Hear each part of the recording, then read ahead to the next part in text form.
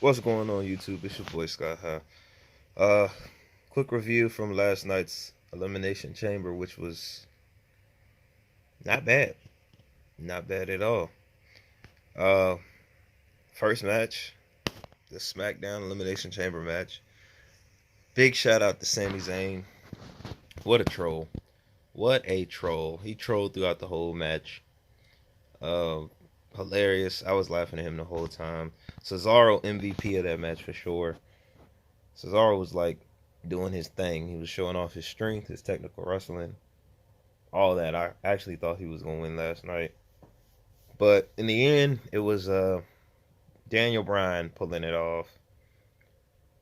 Um, I'm happy for Daniel Bryan, except for the fact that right after the match, Roman Reigns came out because whoever won that SmackDown Elimination Chamber match, they would have to fight Roman Reigns immediately after the Chamber match. So all in all, Roman came out and basically beat down a wounded Daniel Bryan for sure. And yeah, it was just no chance for Daniel Bryan. They didn't even give him like time to breathe after that match. So of course Roman Reigns won with the chokehold that he uses now. Then after the match, Edge, the ultimate opportunist, hence the name, the 2021 Royal Rumble winner, shows up. This might be it. Just waking up. He shows up and spears Roman Reigns, which was amazing, and basically solidified his opponent for Mania, which is set in stone now. So it's going to be Roman Reigns versus Edge at WrestleMania. Battle of the Spears for the title. I like it. I like it. So then after that, they had the United States triple threat match, which it was supposed to be Keith Lee, Riddle. I don't know why they changed his name to just Riddle now. It was Matt Riddle. And of course the United States champion Bobby Lashley. So at the pre-show they held a, what was it, like a fatal four-way match to determine the third competitor for that triple threat match for the belt for the United States title. John Morrison ended up winning it. So it's John Morrison versus Bobby Lashley versus Riddle. Great match. A lot of high paced action. You had a little bit of strength with Bobby Lashley, technical with Matt Riddle. Then you had that high flying aspect of John Morrison, which was great. They really put on a show. John Morrison, it ended how John Morrison grabbed the crutch of MVP, and then Bobby caught him in a full Nelson. Then Matt Riddle caught the crutch, and he hit Bobby Lashley over the back with the crutch. Hit his move on John Morrison, the Bronator. And 1, 2, 3, we got a new United States champion. Riddle. New United States champion. Finally got his first belt, man. Really excited. Really excited for him. That was great. That was a great feeling. Great match. I didn't expect Riddle to win. But then again, a little part of me was like, man, I hope he gets the belt. But I thought Bobby would retain. Hopefully Bobby goes on to fight for the main event title, because that man's a beast. The way he wrestled and tossed him around in the match was on some Brock Lesnar shit. It was crazy. So moving on from that, we had the women's tag team title match, which really wasn't all that good. You had Sasha and Bianca versus Nia Jax and Shayna Baszler.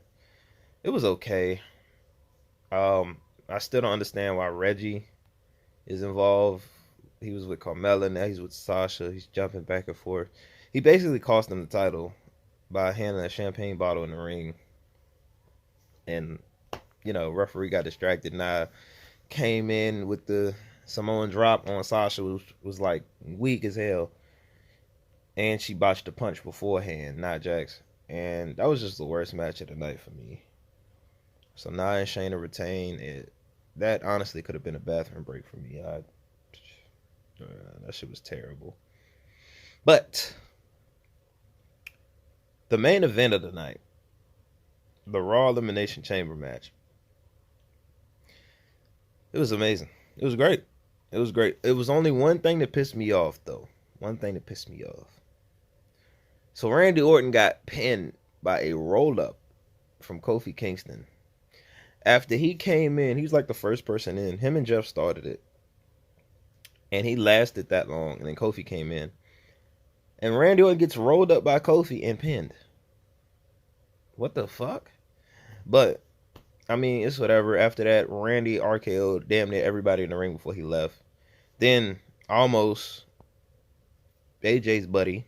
AJ was in the chamber and he took advantage of everybody being down and almost ripped the damn back door off his chamber, off AJ's chamber, and AJ entered the ring and tried to pin everybody, which didn't work. So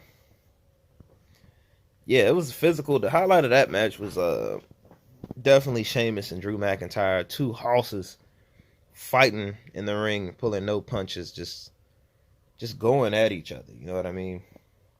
I'm really excited to see them fight in a singles match because they're gonna bring their all. But it ended up being Drew McIntyre and AJ Styles. And AJ Styles came off the top rope and caught that Claymore kick, which was fucking brutal.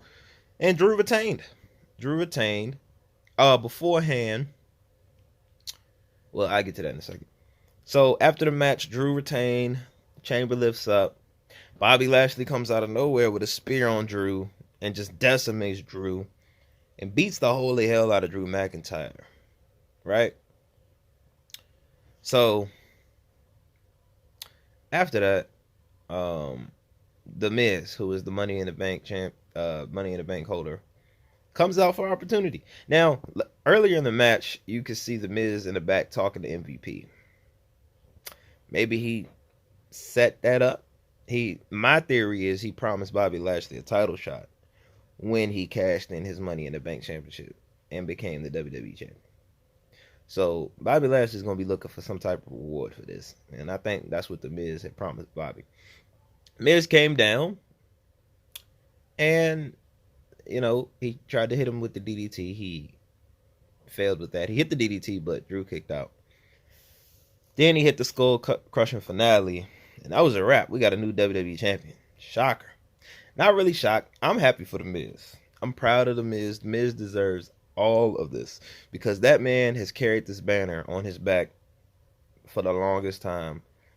For him not to be a champion and have his own show, does the media talks, he deserves a championship. He does a lot for this company. And he doesn't really even have to. You feel me? That's the craziest thing. And he's gotten better over the years with his wrestling and his mic work. He's just becoming a wrestling genius. This is the same guy that came from Real World. He's becoming like a wrestling genius. I have nothing but respect for The Miz, and I wish him the best of luck as champion. I love seeing him as champion. He's a perfect heel. He knows how to work the crowd. Like, what more could you ask from him? So, big shout out to The Miz for winning the WWE title.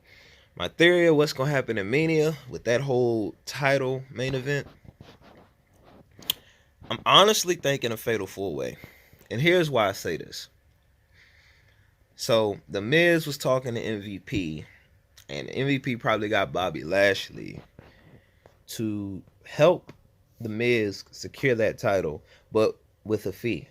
The Miz probably promised Bobby a title shot, like I said earlier. So at Mania, that's probably going to be why Bobby is a part of this whole storyline. Then on the other hand, you got Sheamus and Drew McIntyre, who are two fucking, the Celtic Warrior and the Scottish Warrior. Like, they both want the title. And they're both going to kill each other to get it. So they're going to fight anybody in their way, including themselves. You feel me? So this is why I say it's probably going to be a fatal 4-way at WrestleMania. So we'll have The Miz, who's champion. We'll have Bobby Lashley, who's promised the title shot. Then you'll have Sheamus and Drew McIntyre as Just two brutes trying to fight each other to get to the belt. That's a fatal 4-way. That would be dope. That'd be dope in my eyes. That'd be amazing. Other than that, it was a great show last night. I was highly surprised at some of the outcomes. WWE didn't do a bad job. They didn't do a bad job. Fastlane is coming up March 21st. The network moves to Peacock at Fastlane. And then it's Mania time. April 10th and 11th, I believe. I'll be ready for that. Just a quick review on last night's pay-per-view. I didn't do a wrestling review last week because, I don't know. I really didn't feel like Raw was strong enough to do a week review. NXT was smooth, but it wasn't, I don't think it was strong enough. Highlights from that was Adam Cole coming out and literally, showing us that Undisputed Era is no more. Super kicking everybody. And I hope him and Kyle O'Reilly have matches because they used to tear it down in the Indies. That would be amazing. AEW, an exploding barbed wire death match. Kenny Omega and John Moxley. Bro. Revolution is going to be something to watch. When he said that, I had to rewind that shit. Like, what the fuck did he just say? Like, exploding barbed wire death match? That's some CZW, ECW shit. Some New Japan Pro Wrestling type shit. So, that was the highlight of that. I'm really excited about that pay-per-view. Revolution is March 7th. Yeah, that was just a quick review of the other shows. Nothing too big happened. I only do wrestling reviews when I feel like the show was strong enough. You feel me? But this week, I feel like it lacked. That's why I did the Elimination Chamber review. That's it for today.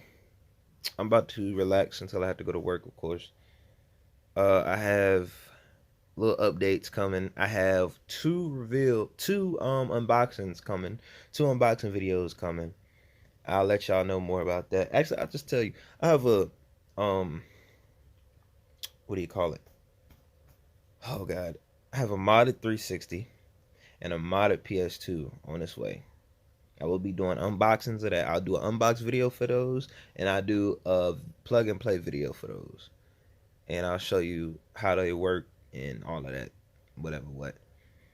I also have a video of one of my favorite games coming back into play. I'm not going to tell you what it is, but there'll be a video for that too. Otherwise, I'll see y'all very soon. Y'all have a blessed day. Peace.